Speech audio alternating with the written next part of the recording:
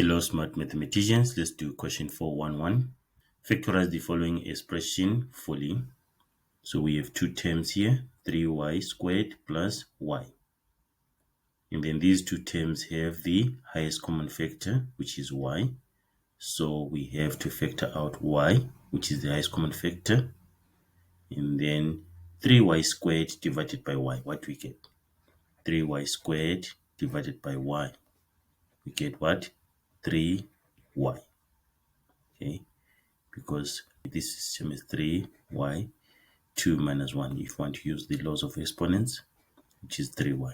Okay, so this is 3y, and then plus y divided by y.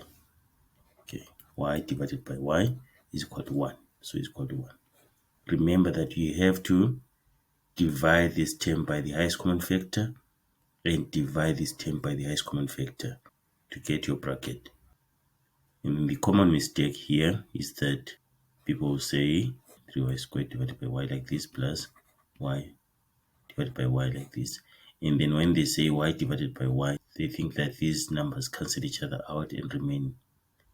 And we get a 0. No, we get a 1. So this one gives us 3y plus 1. Okay, that's a common mistake. Like I always say, if there are two terms that you are factorizing, then you must have two terms inside the bracket.